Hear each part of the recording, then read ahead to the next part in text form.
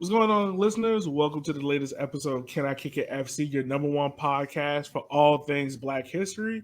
This is your host, as always, Elliot Barr, and is joining me is the two fantastic men, the guys that have the longest running Black-owned soccer podcast. I got to make sure I get it right. The host of We Made It is Steve Bam. How are you guys doing? Chilling, doing great, man. Happy to be here. Doing good, nice and warm out here. You guys are out on the West Coast, right?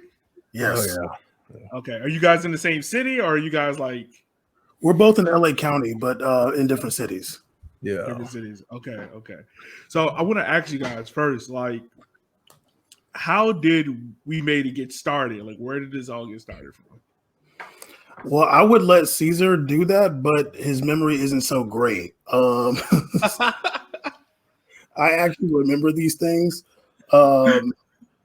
To make it not super long, Caesar was in school in Hawaii, and we used to just talk on the phone for hours about soccer. Just like we're both watching matches, we're both like watching different stuff in the media, and we would get so frustrated with soccer media that when he came back, we were like, okay, like why don't we start our own podcast?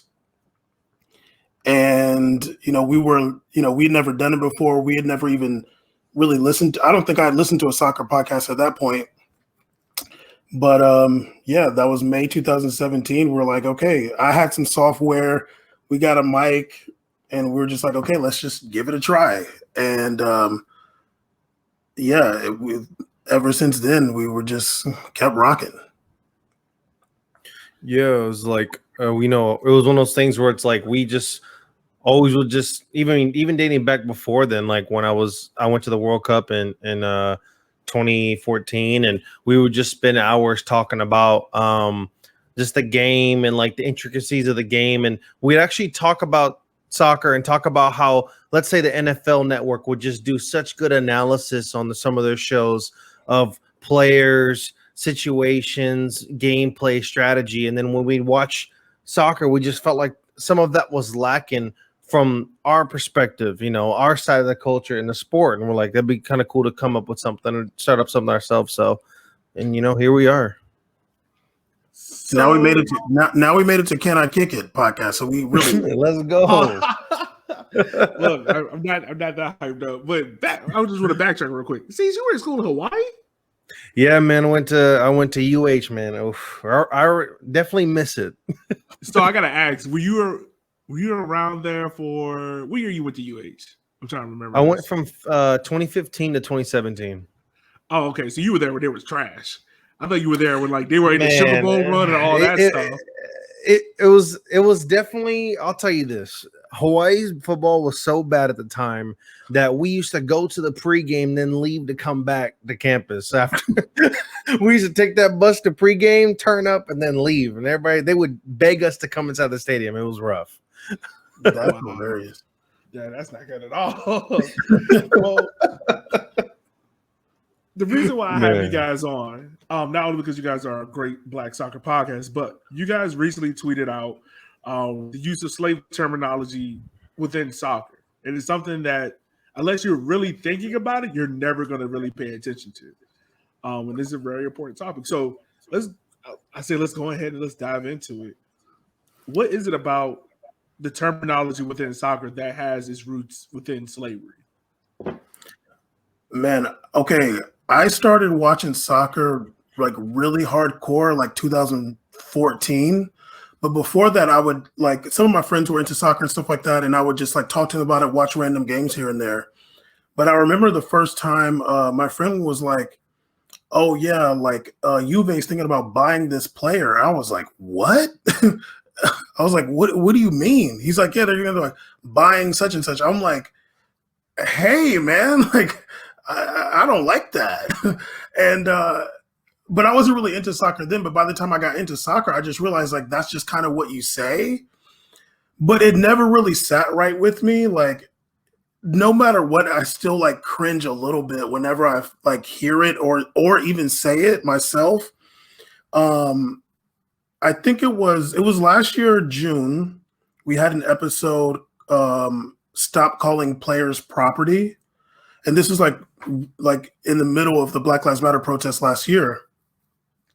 And even after that, like we would still say it because it's just such ingrained terminology to say buying and selling players. But then I think that was last week. I was like, you know what? Like we really got to stop. Like if something can happen and this could change, like we could start the changing of that terminology, that would be great. Because really, all these like there's no excuse. The whole world had something to do with either the Atlantic slave trade or like the slave trade that was coming from the Middle East. Like everybody knows about this. Everybody knows that like slavery is a real thing. Even if you don't know about that, you know about the Romans or something. You know that, I mean, let's be honest, like it still happens today. We have like, sadly, we still have slavery in a lot of ways. But I think that in real life outside of soccer, like nobody would feel comfortable saying buying and selling such and such name. So it's weird that in soccer, like it's just accepted. Yeah, absolutely. I think that, I think we're like, as we kind of been noticing the last few years, there's been a lot of movements and culture made in terms of in the cultures to start, watching how old terminology for things we're saying needs to be changed, how we're addressing people, how we're giving respect to people that we previously weren't in the past. And I think that doesn't go, that needs to happen in this sport as well. And I think the biggest way you can make that change is to recognize that you've been doing it, it's ingrained in you, and that you want to make an effort towards it. Because honestly, even before we did this, we would still make that distinction. We'd still think about that. We'd be like, man, like, oh God, I hate seeing that, or I hate saying that. And that's important. It's important to do something about it. So, honestly, Bam brought it up to me and was like, you know what, like let's do some, let's stop using that. Let's make that a stance.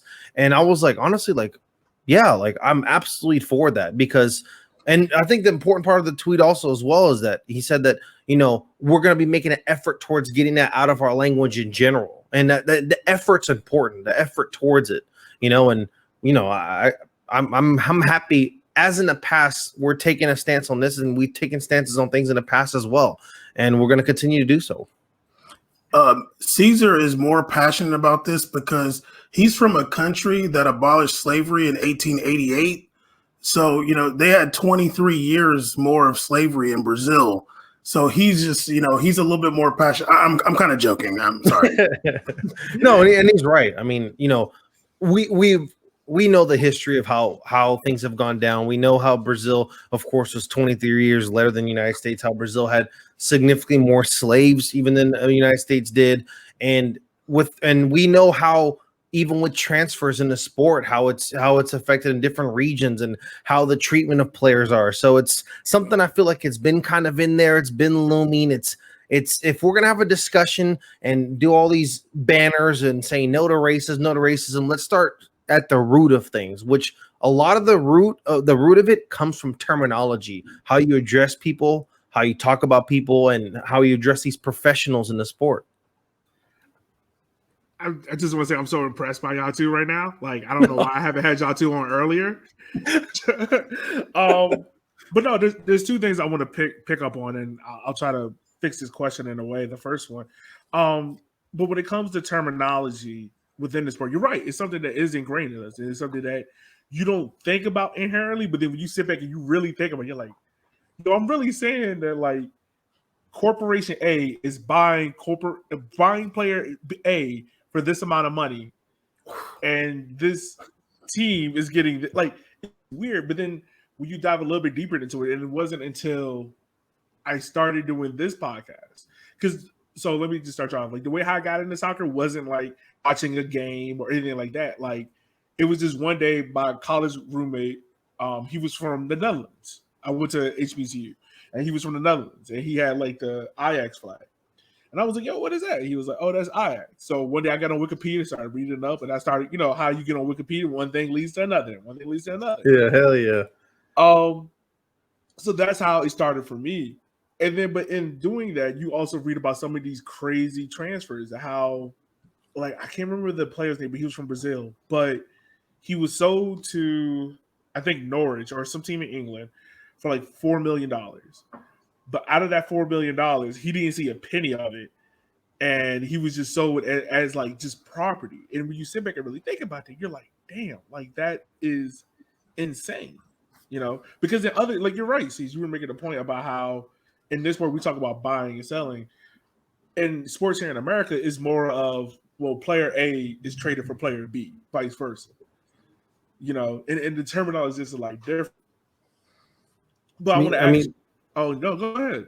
Oh, I think a great point is today. The big news today was Carmelo Anthony signs with the Los Angeles Lakers. It wasn't, oh, the Los Angeles Lakers have purchased Carmelo Anthony. You know, they haven't bought Carmelo Anthony. You know, right? It doesn't feel right, and it isn't right. And even if it was a Carmelo, if it was someone else like who isn't even a black athlete, it's still wrong. It's wrong to talk about humans like this because, as we know in history, slavery goes beyond one race. You know, it's people around the world from all different regions and backgrounds. So it's needed. It's a terminology that's not here in the United States, and it doesn't need to be, especially how we've been seeing with soccer in Europe. It definitely doesn't need to be used over there. Absolutely, like you cannot be saying that. No, not at all. I mean, this might be the one thing U.S. soccer has gotten right when it comes to European soccer. Maybe one of the few times. But I want to ask you guys this question: what if for people that are looking to change their terminology and looking to say, get rid of buy, sell, purchase? Do you have any alternatives for them to say? I know you mentioned like player A signs with the team A, but are there any other examples you guys have? It's funny because even the last episode when we were like trying not to say it, you know, it gets kind of clunky, but I think it's worth it to just like stumble through it. Like it's still better than saying buying and selling a person. Like even if you're like, yeah, they're going to sign or they're going to go over there or they're going to, you know, put their signature on the contract for Juve. Whatever you got to do is better than saying buying and selling Morata. But also, even if somebody was, let's say, you know, somebody could listen to this and say, oh, you're virtue signaling or you're trying to be woke or whatever. It's not that, you know, when I was looking up articles before we did the show, different big people in soccer have talked about the like modern day slavery in regards to the sport. Michel Platini, there was a big thing about third party ownership, which is also big. What was big in Brazil, but they like banned it in. I want to say they banned it in EPL or like some other leagues banned which they called it third party ownership. And Michel Platini, when he was head of UEFA, said that that's a form of slavery. Like some entity, quote unquote, owns a portion of a player. So when the transfer happens, like they get a fee from it. Like this isn't, it's not like, now obviously Michel Platini wasn't talking about the terminology buying and selling players, but he's talking about something that's in the sport that needed to stop because it resembles slavery. So that's just what we're saying. Like this terminology also resembles slavery, so let's stop it.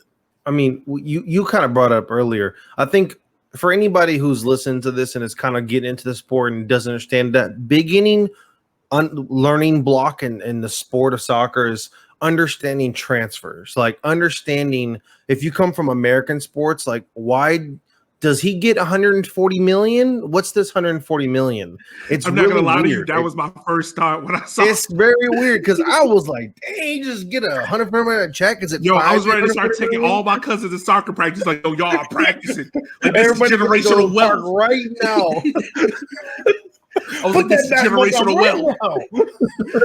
Better start kicking it.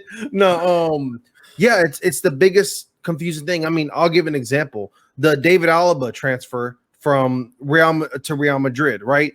They paid for his services, or see, we're all fumbling around this word. The transfer was for I think 120 million. It was It was like 80 million to the club, 6 million to his family. It was just very strange, the breakdown of the transfer. But the important thing is people to understand in Europe, what they pay attention to is the wages. Like they talk about how much his wages is. So they break down weekly.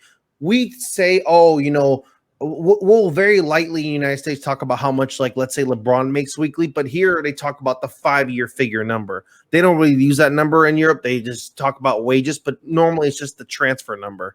So that's the hardest thing to understand and the strangest thing. And Platini's 100% right. It's very common. It was extremely common with South American players. It's still a little gray area. What they'll do now is they'll have outside companies help pay for player wages, but I think is very weird too, because we don't get the clarity on how that works contractually. Like how does that work? What if he wants to leave? How does these things work? So it's very weird and gray, and there's not a lot of clarity on that. But yeah, that's a root issue there too. So there's a litany of issues in the sport when it comes to what these things that still attributed to a lot of slavery. Professional slavery is what the term we've used before. Professional slavery. So starting off with already changing terminology, I think, and how you're addressing and talking about players and how you're discussing their transfers is a huge step towards making that real change, rather than just hugging each other and passing banners around saying no to racism. Like you need to make systematic changes within the sport, within media. No, you're absolutely right. And I want to pick up on one thing you talked about how other terminology you use, because it's so frequently. I think we was talking about it before the show about like how players like Daryl DK are now being labeled as physical. They're not, he doesn't lack technical skill, and as I understand what they're trying to do. They're trying to talk about how he is as a player, but it gets very tricky when you're talking about a person of color and you're just labeling him as physical, or he just uses brunt force. Oh, he's not very technical. Or for the instance of, darn it, I just lost the point that we were talking about how they use a player wages when they first signed with the club. Like, oh, player A is making $50K a week. But then if player A doesn't live up to the astronomical, list of things they want that player to do, they'll use it in a way to be like, well, you're getting paid $50,000 a week. Why aren't you doing better? They'll try to use it against you, things like that. Can we just take a moment just to talk about like those two things? Because I think because that's something I've called out before as well, just challenging other big soccer personalities about just like, there's other ways to talk about players outside of pace and power, technical and mindfulness. If you want to describe a player as pace and power, because there are players that have that pace and power, that's fine. But there's better ways how to describe that terminology. Yo, this topic, especially like the pace and power thing, is like, sadly, like one of the reasons I got out of American football was because of how media would talk about players. I just found it to be so racist and ridiculous. And when I started watching soccer, I'm like, okay, nice. Like they're not going to do that over there, but they definitely do. and it's tough because, I think a lot of these personalities, the white ones, they just don't know. But I want to, this is an example of one of the worst ones that I heard, and we had talked about on the show whenever this was, years ago. I remember one commentator was talking about Mbappe, and he mentioned his natural speed.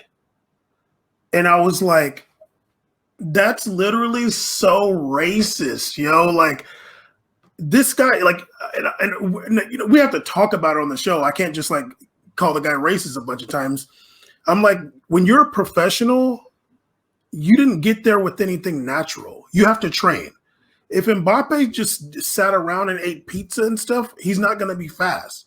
He has to train to be fast. There's nothing just like he just woke up. He's 11 years old and he's just faster than everybody. And he just stays faster than everybody no matter what. No, they're not running around at recess. These are professionals. So like, yeah, you have a lot of that. And to be honest with you, I don't know what you can do about that other than having diversity in media, and not just like independent media, but like, these bigger platforms. And these bigger platforms like bringing on people like us too to talk about things, because I feel like sometimes they're kind of like jaded and don't really care that much. We have like a lot more passion. I feel like the independent soccer people. So, they have a lot of work to do, and somebody correcting those people, like being like, "Hey, dude, like, what do you mean?" I remember when Balotelli goal that me and Caesar watched some years ago, and he did some beautiful move, and the woman on BN is just like, "Oh, look how strong he is." I'm like, there was no strength involved there. Like, but nobody's going to correct her. Nobody's going to think about it. So, like, then it's just over after that, Yeah. No, you're 100% right. I think what was the famous example this past year with Di Maria, with the commentator said his Latin temperament. Oh, yeah. Yeah, we were just everyone was just like, wait, what? Yeah, I feel like I talked about that in the show too. I think I said it before. Caesar didn't care because he's from Argentina. He didn't care. Well, Argentina's a little different. I mean, maybe he did. No, I'm playing. No, but just it's literally it starts with one of the big issues. Like to change it is getting shows like Can I Kick It, We Made It podcast on those platforms, because I don't sit on the show and like I've heard before and talk about how Morata's a physical threat. I never said, "Oh man, look how physical Morata is." I've never said that like that. Maybe he's made a play where he had to get physical, but no, you give me a player with the same stature, like a Balotelli situation. They'll talk about how he's this physical player. When, to be honest with you, they're both very finesse, bigger players. They play a finesse style. They have good footwork. They play differently. So just they're like the stretch four in basketball. Exactly. Like just because they're large and they're a black athlete, oh, he's physical and this and this. And we've, like you said, you've heard that before in football. I've heard that before in basketball consistently when that's not the case. The natural born athleticism and this and this. That's cute when you're, doing the PE drills, but these are professionals. Like you watch some of those trainings. Like I've watched too many Real Madrid practice videos in my life. It's embarrassing, but you see the training drills they do for those uphill speed. These guys are working hard. So it's nothing about natural. Like if you're not working hard, you're going to be last in that every single time. You're going to be looking like you've been eating donuts all the time, like Hazard. That's different. See, that's the situation. It's a little different around here. So that's how I think some of the change needs to come. Given opportunities for shows like ours to get more of a platform to speak, to be able to get a different perspective, even when I always enjoy seeing something different. My big issue with the soccer podcast medium is I don't really see a ton of that. I don't see. I mean, think about this. I love this sport. I'm subscribed to like one soccer podcast, and I don't even watch his other sports as much. And I have more subscriptions to those. Like I'm listening to those more often. Like that needs to change, I think, in a sport, especially in the United States, if we want to see, a big difference in this. And for 2017, we started the show, right? Years and years ago. Like early on, we're talking about how MLS and US needs to make changes within our communities to bring different people to the platform, bring energy and diversity to the sport. Like there needs to be so much done. And that all starts with you giving platforms like ours and shows like ours up to the forefront to be able to speak on this stuff. No, you're right. And I mean, it's not being on top of what we're talking about, but it kind of is. Like, I feel like 2017 was that moment where soccer, people getting into the sport, like me, you guys, for instance, like that's really like the real soccer media boom, if you want to put a label on it, because that's when like you guys got started. 2018 is when I started River City 93. You have For the Culture in Atlanta. You have Chop Soccer Pod out in New York. You have 2 Cents FC out in Atlanta. You have Shea Butter FC. Like it's kind of like the black soccer media boom all happened. It is like all these diverse and unique perspectives. Because granted, like, and I think one of the most beautiful things about this area is that the way how I view the game in Virginia is going to be totally different how you guys view the game in LA. But I can appreciate that because of like you're bringing a different perspective to it. The way how you guys view it in LA is going to be totally different than people in Atlanta, things like that. So, but you're all right. Like, I think these media markets, these bigger media markets, need to do more of just hiring the same people and being like, well, talk about these topics, because we just saw the issue with the NWSL about how they just hired like a whole diversity education force. And what was it, like 10 of the people on that list were white males, one was a black guy, 4 of them were like Trump supporters, and they were like, hey guys, diversity and inclusion, here you go. And everyone's just like, you do realize like 60% of your league is black or international. So a large portion of your player base or fan base either has family members or identifies itself with the LGBTQ plus community. And you go out here and hire a whole bunch of white guys, older white guys. Like it's just mind blowing, It's just mind blowing. Yeah, I think that there's not enough pressure on these people, but also I feel like especially when it comes to American media, like they just look at like it's all a monopoly kind of. They're like, we're gonna be here no matter what. Like we would always say that about MLS. Like since there's no promotion relegation, like there's not much pressure on these teams. Whatever. We'll just start a new team. Like it's a monopoly at the end of the day. So like. I remember a few years ago, LA Galaxy finished like last in their conference, and it's just like, oh, we'll just buy Zlatan. We'll have. See, I did it. We'll have Zlatan sign with us. See, damn it, sliding. You got Zlatan sliding over here now. Damn. So yeah, like it's I don't know. It's tough. You see a lot of. It's hard to say whether soccer is growing in America or not, because sometimes I feel like it is and sometimes I feel like it isn't. Like there's been times where I felt like it was, then then the men's national team didn't make the World Cup and I felt like it was just like kind of stagnant a little bit. But then you see then I started to like notice more like black soccer media and stuff, and I'm like, oh wow, I think for us, and I was telling Caesar this too, I think for us, like, there's kind of a disconnect because a lot of you guys are in the South or on the East Coast, and we're in California where there isn't a whole lot of like black soccer stuff. It's mostly like the Hispanic community, and then like rich white kids. So I don't worry, it happens to here in the South. It happens to here to us. Okay. We just happen to be loud about it. Just be like, hey, look, we're here. What's up? Yeah. No, but I get what I get what you're saying though. Like, okay, I want to ask you: do you feel like since let's just say since 2018, like, do you feel like soccer is growing? Like the population of soccer fans is growing in America?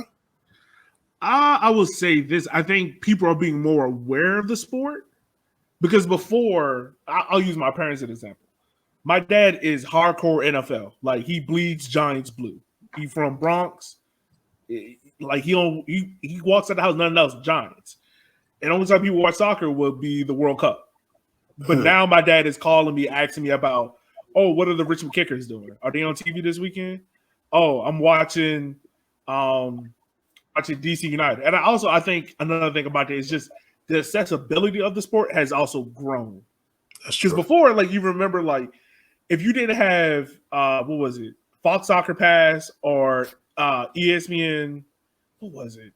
It wasn't ESPN News, was it? It was ESPN. Yeah, Champions League used to come on ESPN. Yeah. But I mean, once again, like you had to like set time out your day to watch it. It wasn't like you could go back and rewatch the match. It's just the accessibility of the sport has grown more because now it's like I remember watching Richmond Kickers games on YouTube, and now they just signed a deal to have their games being watched over in Italy. So if you're in Italy, because USL just signed a deal with One Football to have their games broadcast over there in Italy, and they're trying to branch out to other people. Like they just signed a deal with Italy and Brazil, but it's just the accessibility of the sport has gotten so bigger. Yeah, But then also with that, you also have a bunch of people that know nothing about the sport, just giving you blatant bad hot takes. I also feel like we do have a lot of like MAGA people and incels in American soccer too. Like, like every year I know like when MLS will do their like Black History Month panel or they do like Pride Month stuff, like MLS will do it and I'll look on the YouTube video and like them comments are wild. Uh, we got a lot of those. I mean, we also have some in the men's national team, so that's what makes it worse too. So. What? I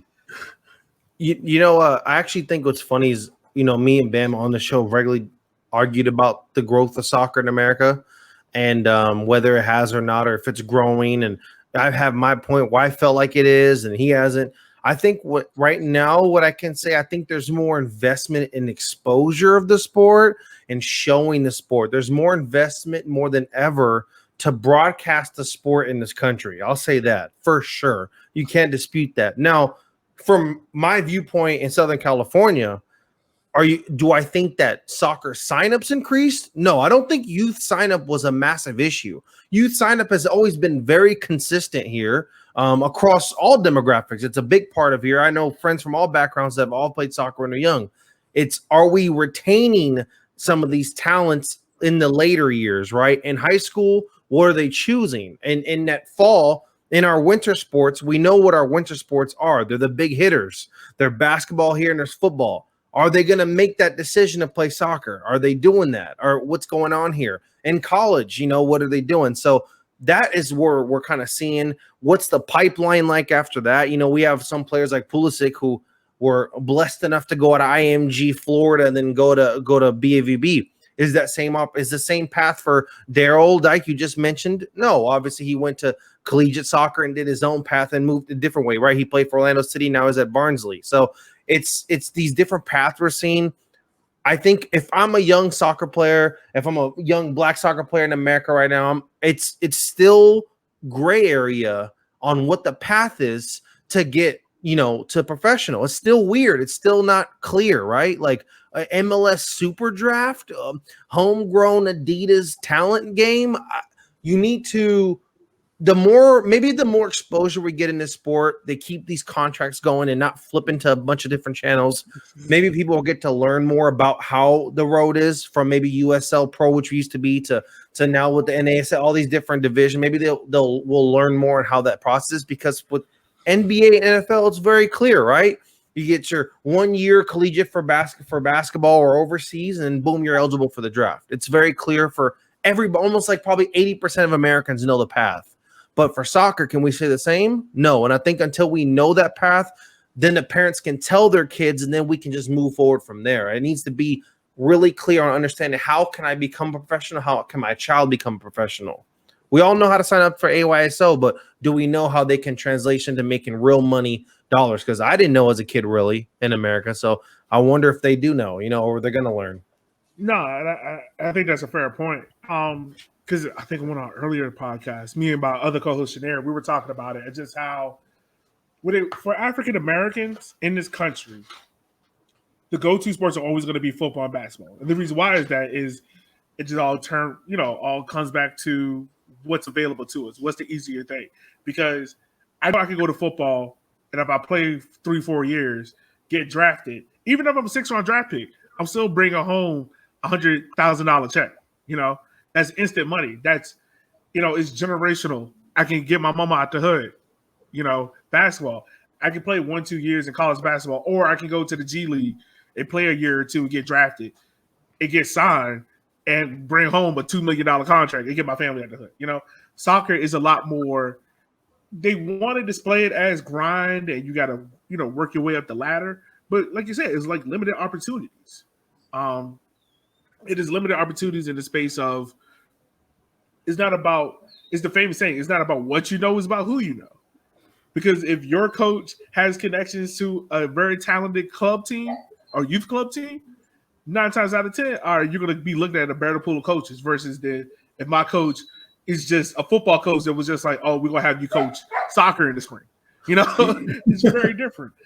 But, oh, yeah, go ahead. No, I'm saying you make a great point, because out of all those sports you named, like I played basketball. Like if I didn't have money to play, which basketball honestly was really affordable for me. It was affordable with my family. My mom put me in club soccer because I had played a lot of youth soccer, and I got bored of it. She's like, why don't we try to see how much club is? Went to club team. They give us an astronomical number. Mom was like, what? No, we'll just put you back in basketball, because our coach used to say, well, here, if you can't pay for this, we'll do the candy bar drive. We'll just have you do that, and you'll raise the funds to be able to play, or we'll find a sponsor. It's that simple. Like, no matter what, I was gonna be able to play. Soccer, it was like, no, like, this is the fee. If you can't afford it, kick rocks. Like, oh, okay, like, all right. And one of the examples I used to talk about is one of my favorite players when I was coming up, like you watching a soccer. I used to love watching Eddie Johnson. I was one of my favorite players to watch. I thought he was the best. He had so much talent because I watched so much soccer. I watched so much Brazilian soccer, so much European soccer. This was the first American talent I seen that was like, this guy could play anywhere. Like, this is the first time I've seen something like this. Of course, Landon Donovan too, but this is the first time I've seen like a black player that I feel like could play anywhere in the world. And I was watching him play, and I remember he was telling a story for MLS saying that he played for one of the biggest club teams in South Florida, and he got sponsored to play. And the parents went crazy. The parents were like, that's not fair. What? Like, the obstacles I'm sure he had to endure are probably still prevalent today. And that needs to change. We've had this discussion before. That wage gap and the affordability of sport needs to completely change if we're going to see even more diversity, which is needed in this sport and along the fans and media. Yeah, that's very true. And the point you said, like how soccer has grown in this country, I think is one of the things where I was mentioning to my wife the other day about how we're not going to see the benefits of how much soccer has grown, because if you really look at U.S. soccer as a totality, it's still in its baby phases. Like, if you really think about it, my club team, the Richmond Kickers, are 30 years old. And I want to say U.S. soccer maybe itself is maybe 35 years old, maybe 40, give or take. And you look at the other countries like Italy, England, Brazil, Argentina, Uruguay, they got 60-year head start on us. So it's like, as much as we like, I know what you're saying, Bear. Sees about like, dang, is sport really growing? Like, is all we doing is worth it? Like, it is, because if 40, 50 years time, we're all old and gray and having walking canes and whatnot, like, who knows what this sport's going to be? But the point we're talking about, I want to tie it into this part. I want to ask you guys this. Do you guys think, and you talking about slave terminology, do you guys think players' nationalities have an impact on how much, they sign with the team for? Because one of the things that we did a podcast on the history of the 2018 French national team. I call this team, it's the World Cup for Africa, because 75% of that team has roots to Africa. But players like Kylian Mbappe, they can sign for Real Madrid for an astronomical fee, right? Because he's French. He's a French international. But if Kylian Mbappe is Cameroon or Algerian, that number didn't get reduced, Because, and I'll use a player like this, for example. That's my dog. She's excited. What's his name? He was with Chelsea. He was about to sign for Bayern. His name is escaping me right now, but he just said that he was switching his international from England to Ghana. Is it Hudson-Odoi? Yes, Hudson-Odoi.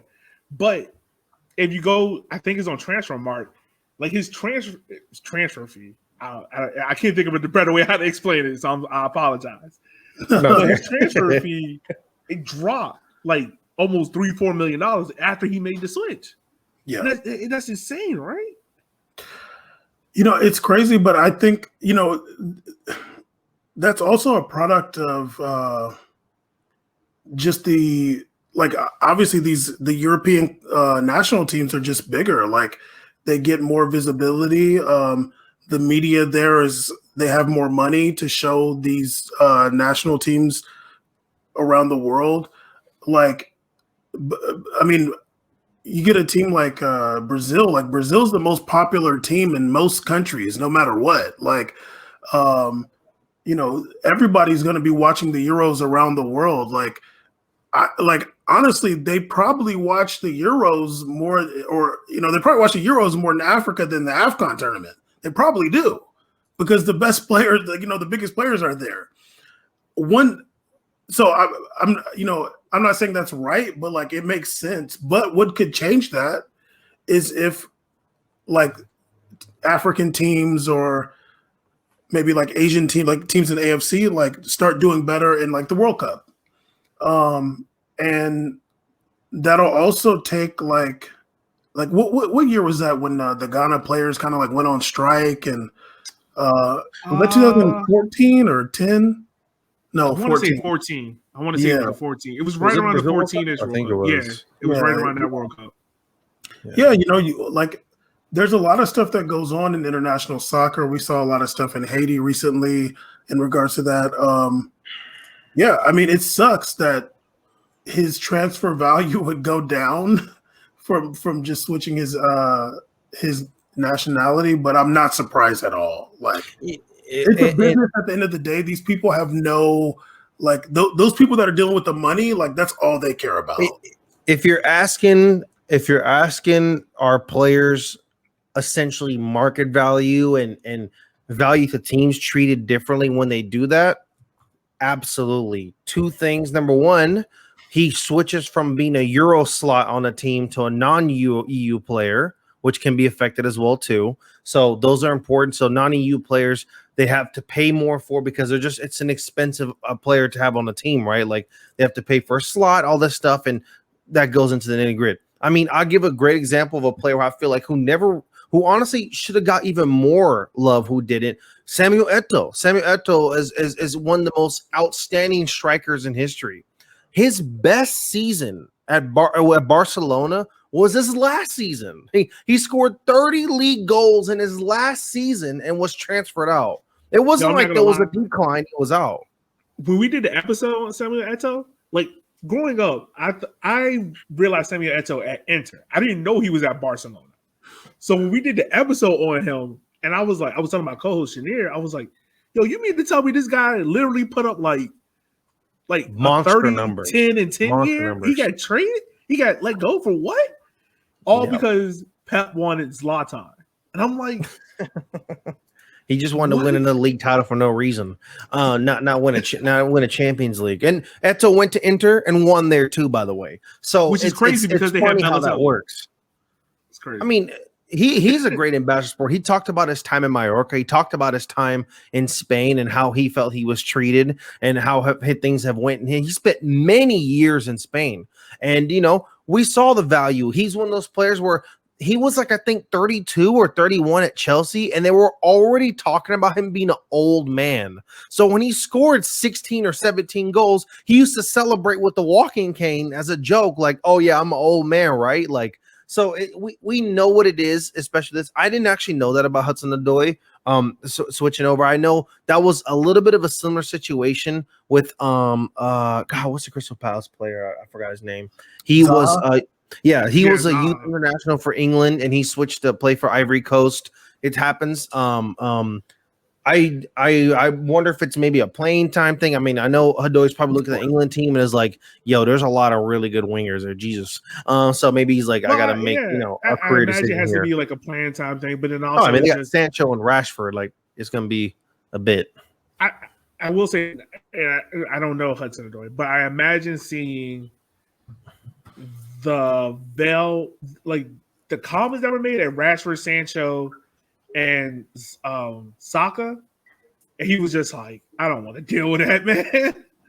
Like, he's gonna deal with it. He's gonna deal with all that stuff regardless. Like, if he's at Chelsea, like, I mean, he's playing. Yeah, he's playing in Europe, and he has Instagram. Like, you're gonna get racist comments all the time.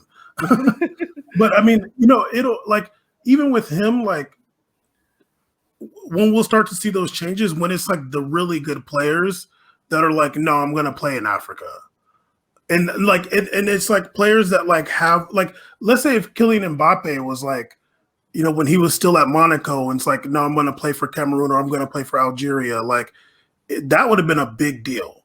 That's a player that you still have to pay attention to. But I mean, a lot of these European players, like,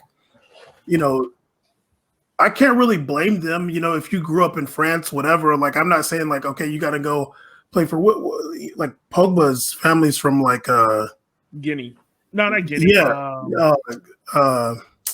It's actually it's a small country. I can't remember, but I'm not mad at him necessarily. He grew up in France. Like, you're gonna want to play with your friends. We're not gonna bring up what Caesar said about. Hey. but, they're Guinea. Yeah, they're from Guinea. Yeah, okay. But it's unfortunate that his transfer value would go down, but I'm not surprised by that. Yeah. And see, like also me being a Reggae Boys fan, like players like it's great because I know I'm seeing players like Leon Bailey and Mikel Antonio and all these other England guys come over. It's great, but then there's also it's like that part of my head is like yo, you. If England calls you up, I know you're not coming to Jamaica. I know you're not. And the only reason you're coming to us now is because England didn't want you. Not like Leon Bailey. Leon Bailey wanted to play with Jamaica, but like Mikel Antonio, he could have been playing with Jamaica, but he kept holding out for England. Andre Gray, Varel Morrison. It's things like that kind of make you like, and then it also makes you think about like how much money on the table is being left when players make that switch. I was just going to say that too. Like these players are also they're looking out for themselves and their families. Like they know that it's going to be like their careers can be very short. Their careers are short, but it could be cut short at any time. So they're probably thinking like, I got to make the most out of this while I can.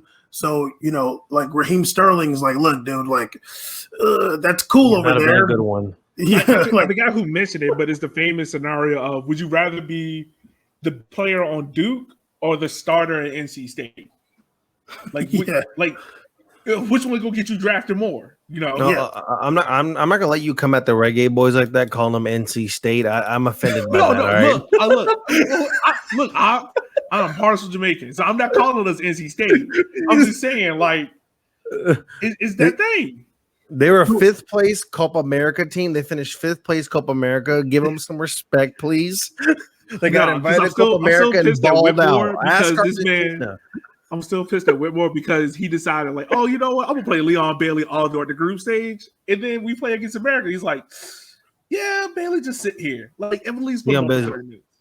He just transferred, right? Yeah, to Aston Villa. Try to get that paper. Get that paper. I mean, he was at Leverkusen. I mean, honestly, like he might as well go to England, big dog.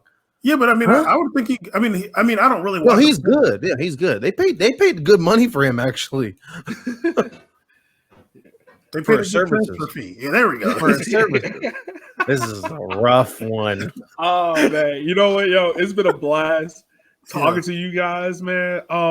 Anything else before we wrap up? Because I really feel like this conversation can go on for hours. And like as you can tell, like we broke it all talking about the Jamaican national team, and it can go all kinds of ways. But this is like a great conversation, guys. Yeah, any last words back from you guys? Going back to like the slave terminology thing.